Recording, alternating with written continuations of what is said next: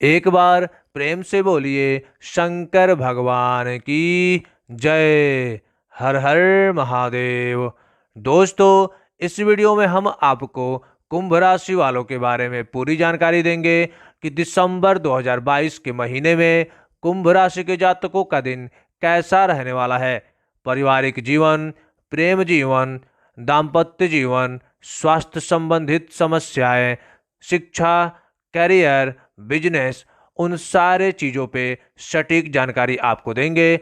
इसलिए वीडियो को अंत तक अवश्य ही देखिएगा और यदि वीडियो में दी गई जानकारी आपको अच्छी लगे तो हमारे चैनल को अवश्य ही सब्सक्राइब भी कर दीजिएगा। सबसे पहले कुंभ राशि वालों के करियर के दृष्टिकोण से यह महीना आपके लिए अनुकूल रहने वाला है। दशम भाव में सूर्य, बुध और शुक्र की उपस्थिति होने से और मंगल की दृष्टि होने से आपका कार्य क्षेत्र में रुतबा बनेगा। आपके काम में बढ़ोतरी होगी। कार्य क्षेत्र में कुछ नए प्रोजेक्ट आपके हाथ लग सकते हैं जिन्हें सही समय पर पूरा करने के लिए आप प्रतिबद्ध दिखाई देंगे और खूब लगन और मेहनत के साथ काम भी करेंगे। इससे आपके कार्य क्षेत्र में आपकी स्थिति बढ़िया हो जाएगी और आपको यानी अपनी कार्य कुशलता दिखाने का मौका भी मिलेगा। 3 तारीख को बुधदेव और 5 तारीख को शुक्रदेव आपके एकादश भाव में प्रवेश करेंगे और तब सूर्य और मंगल का प्रभाव दशम भाव को पूर्ण रूप से प्रभावित करेगा। इस स्थिति में आपको अपने कार्य क्षेत्र में पदोन्नति मिलने के प्रबल योग बनेंगे। यदि आप सरकारी क्षेत्र में हैं तो आपकी स्थिति और भी बुलंद हो जाएगी और आप अपनी नौकरी को पूरी तरह से ईमानदार होकर निभाएंगे, जिससे आपको परिणाम सुविधाजनक ही प्राप्त होगा। यदि आप कोई व्यापार करते हैं तो आपको थोड़ा सा सतर्कता रहने के साथ आगे बढ़ना चाहिए।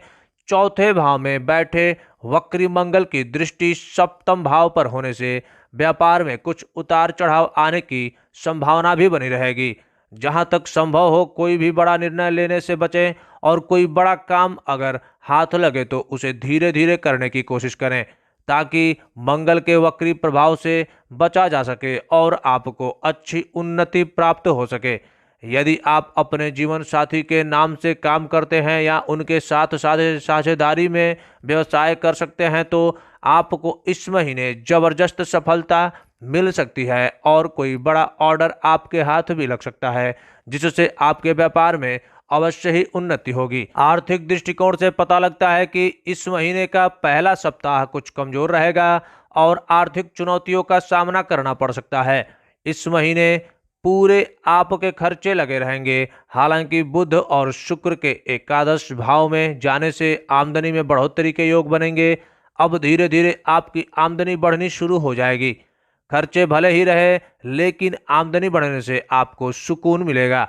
16 तारीख को जब सूर्य भी एकादश भाव में आएंगे तब आपकी आर्थिक स्थिति में और तेजी से उछाल आएगा और आप आर्थिक तौर पर काफी मजबूत भी हो जाएंगे।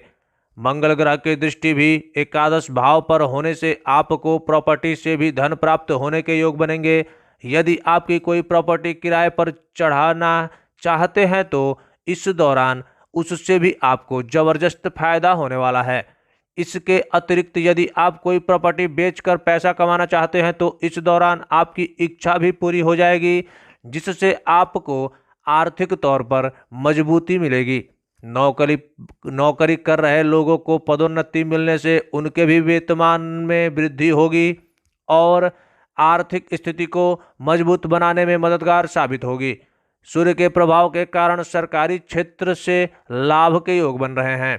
यदि स्वास्थ्य के दृष्टिकोण से देखें तो यह महीना थोड़ा सा कमजोर हो सकता है और आपके राशि स्वामी शनि महाराज द्वादश भाव में विराजमान रहेंगे, जो नींद से जुड़ी समस्याएं, आंखों में पानी बहना और पैर में एड़ी में दर्द रहना, किसी तरह की चोट या मोच लगने की ओर इशारा करते हैं। इसलिए आपको अपने स्वास्थ्य का ध्यान रखना चाहिए और लापरवाही बरतने से बचना चाहिए। एकादश भाव में सूर्य के जाने से सेहत में सुधार के योग बनेंगे और पुरानी समस्याओं से धीरे धीरे मुक्ति मिलनी शुरू हो जाएगी। तीसरे भाव में राहु परिस्थिति होने से आप शारीरिक एक्सरसाइज करेंगे तो आपको अच्छा अनुभव होगा और उससे आपका स्वास्थ्य मजबूत बनेगा। आपको प्रतिदिन योगाभ्यास, ध्यान तथा एक्सरसाइज करनी चाहिए। इससे आपका शरीर गठीला होगा और शारीरिक समस्याओं में कमी आएगी।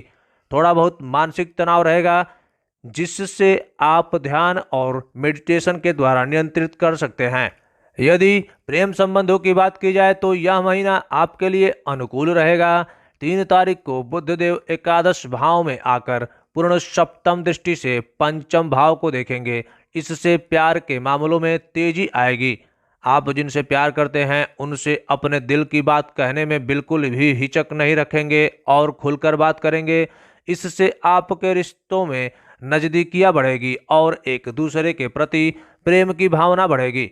उसके बाद 5 तारीख को शुक्र महाराज भी एकादश में आकर पंचम भाव को देखेंगे।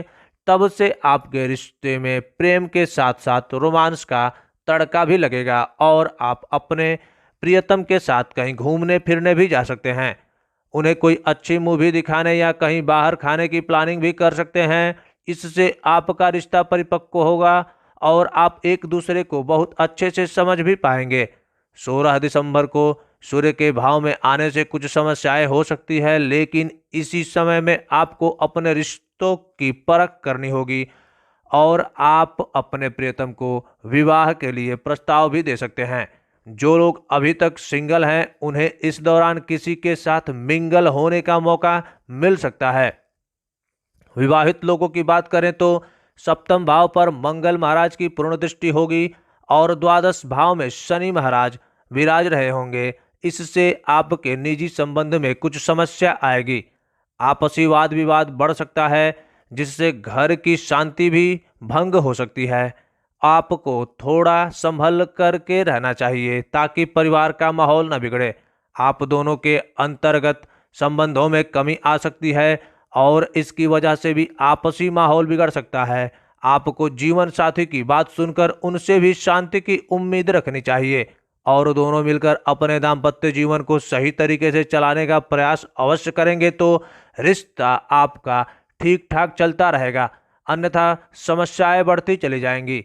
महीने के उत्तरार्ध में जीवन साथी की वजह से आपको अच्छा धन लाभ भी हो सकता है और आपकी इच्छा पूर्ण भी हो सकती है, जिससे आपका रिश्ता फिर से पूर्वतः अच्छा हो जाएगा। यदि पारिवारिक जीवन की बात की जाए तो आपके दूसरे भाव में स्वराशि के बृहस्पति पारिवारिक जीवन को संतुष्ट बनाए रखेंगे और आपके घर में धन धान्य की बढ़ोतरी होगी। घर का माहौल सुख शांति से भरपूर रहेगा और घर में किसी का विवाह होना या किसी संतान के जन्म होने के शुभ संयोग बनेंगे। पारिवारिक जीवन में किसी खास व्यक्ति के आगमन से घर की हलचल बढ़ेगी और कोई सांस्कृतिक व धार्मिक कार्यक्रम आयोजित किया जा सकता है। इसमें अनेकों अतिथि आएंगे और परिवार का उत्साह भी बढ़ेगा। शनिदेव की पूर्ण दृष्टि आपके दूसरे भाव पर होने से आपका परिवार कोई दान पुण्य और चैरिटी का काम भी कर सकता है, जिससे समाज में आपके परिवार की तरफ तारीफ होगी।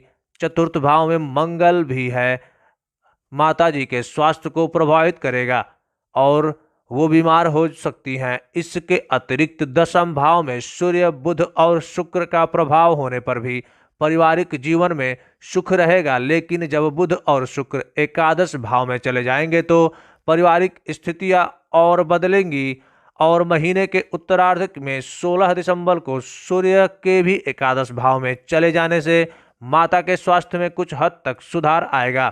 तीसरे भाव में राहु की उपस्थिति होने से भाई बहनों को आपका प्यार मिलेगा, हालांकि उन्हें अपने लेवल पर कुछ चुनौतियों का भी सामना करना पड़ सकता है और उनसे भी आपको कुछ लाभ भी मिल सकते हैं। शनिवार के दिन दिव्यांगजनों को भोजन कराएं और चींटियों को आटा डालें।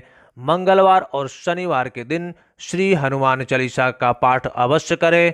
संभवतः प्रयास करें कि मंगलवार के दिन 11 बार हनुमान चालीसा का पाठ अवश्य ही करना चाहिए। शारीरिक स्वास्थ्य में वृद्धि के लिए सूर्यदेव को प्रतिदिन जल चढ़ाएं। उत्तम गुणवत्ता का ओपल रत्न धारण करने से आर्थिक तौर पर लाभ अवश्य होगा और यह उपाय अगर आप निरंतर करते चले आ रहे हैं तो निश्चित ही आपके जिंदगी से सारे कष्ट दूर हो जाएंगे।